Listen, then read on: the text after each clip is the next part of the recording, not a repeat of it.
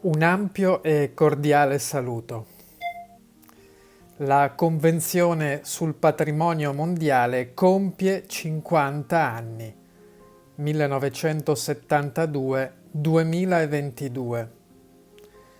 Ringrazio il Consiglio Nazionale delle Ricerche che mi ha invitato a tenere questa riflessione nel quadro della giornata di studi che è stata promossa su questa importante tematica culturale italiana e internazionale.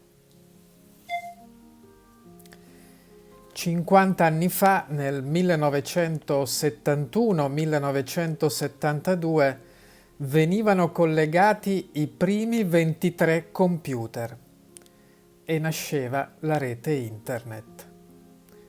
Ora, a distanza di mezzo secolo, fra instabilità ambientali e geopolitiche, siamo oscillanti fra tecnologie immateriali e ricerca di nuovi modelli più armonici e umanistici.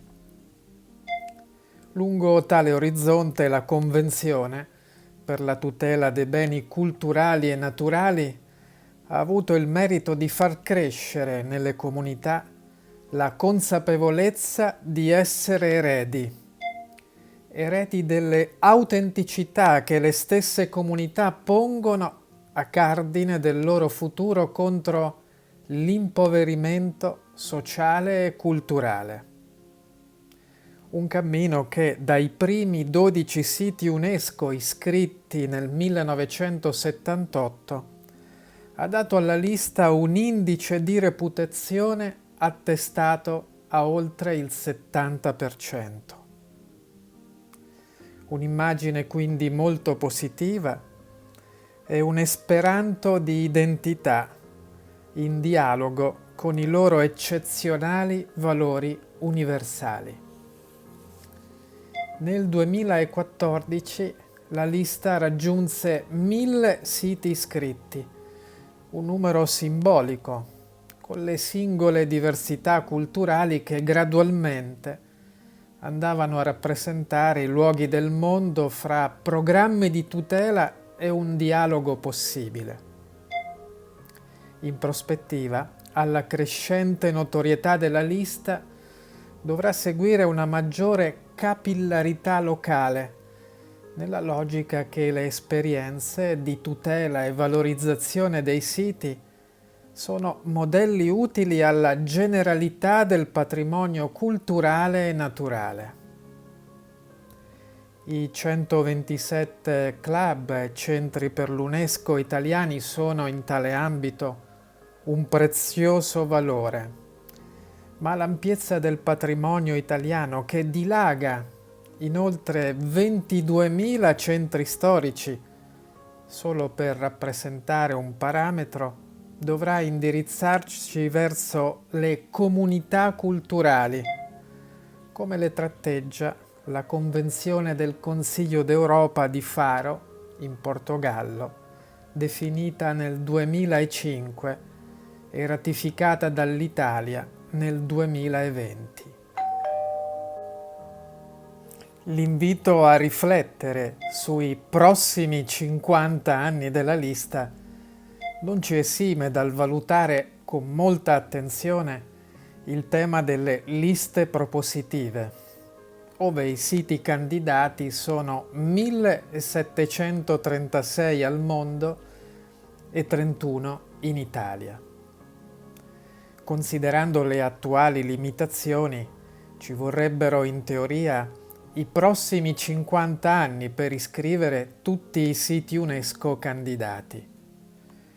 È un tema complesso, anche perché non si possono limitare le prospettive di candidatura delle comunità che, come citava Jacques Le Goff, sono le espressioni di vita quotidiana autentica attraverso usi e costumi. Ben oltre il dossier di candidatura e il piano di gestione, è il cammino di candidatura una preziosa occasione per ben mettere insieme il pubblico, i privati gli ambiti associativi al fine di definire un piano strategico di lungo periodo per la località che si candida.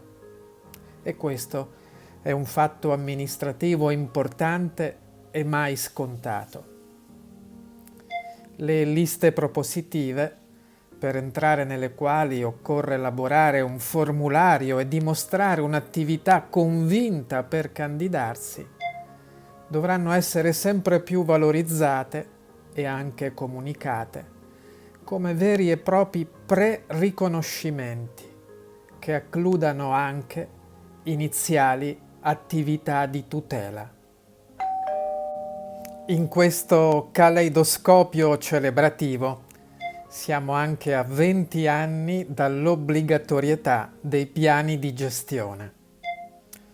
Ho osservato da diverse prospettive come i piani nel quadro italiano siano nel tempo diventati più operativi e mirati a quelle azioni che ragionevolmente sono finanziabili. Rimangono ancora aspetti da ampliare a partire dagli indicatori, e cioè i misuratori dei risultati attesi che, a mio avviso, dovrebbero costituire un osservatorio dinamico che in tempo reale possa calibrare tutte le azioni di tutela.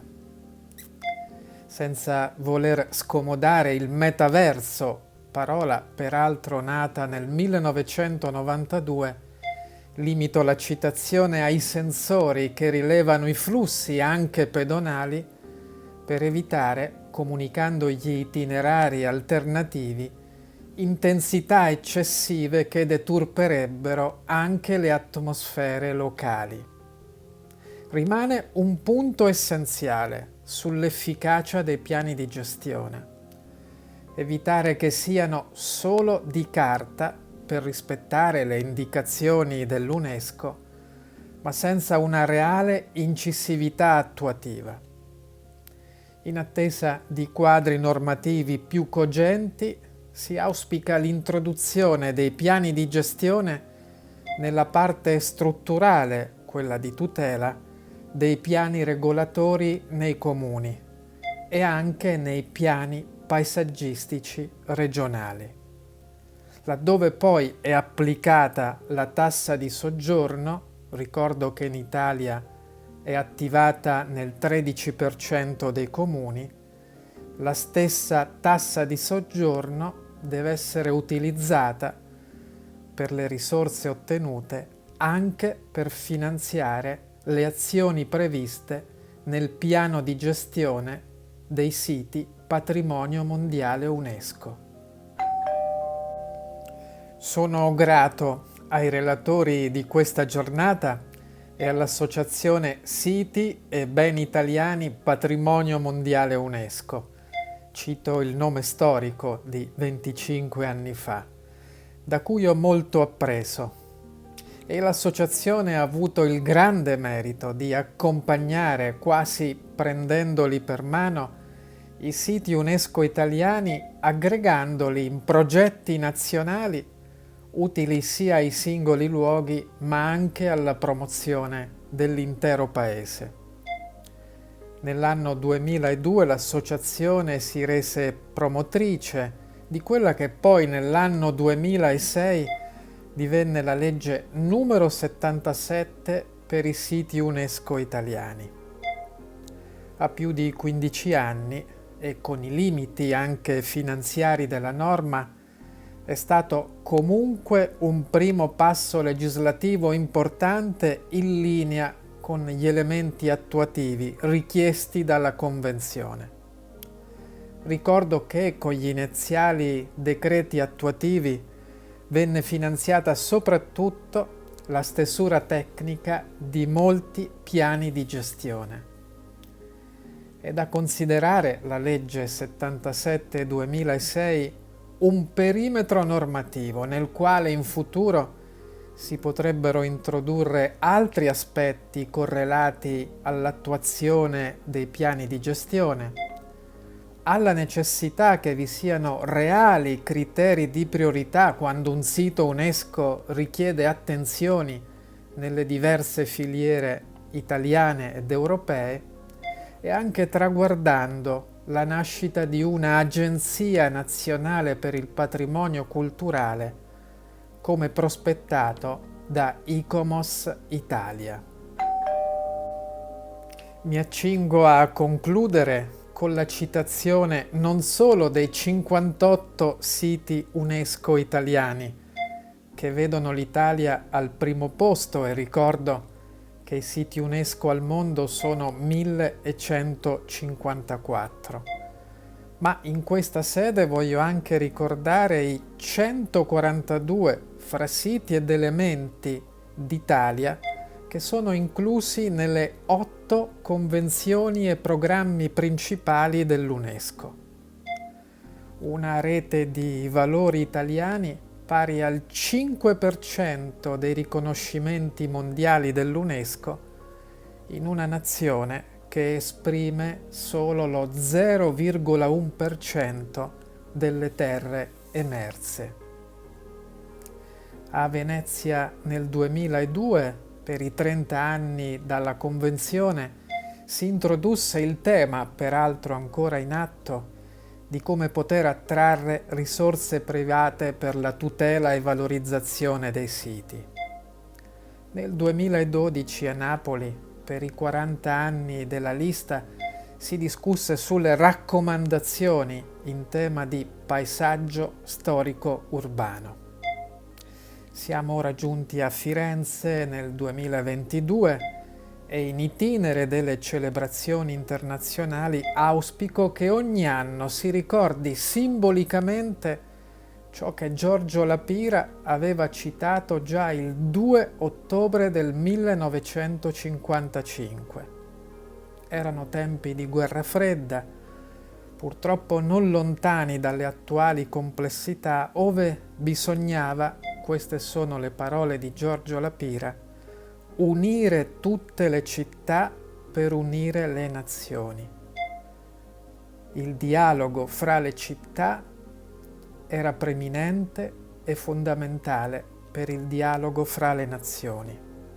Una visione, una luce della storia che sarà sempre più legata ai modelli delle città e, potremmo dire, ai modelli che si studiano e si applicano nei siti UNESCO in dialogo fra loro.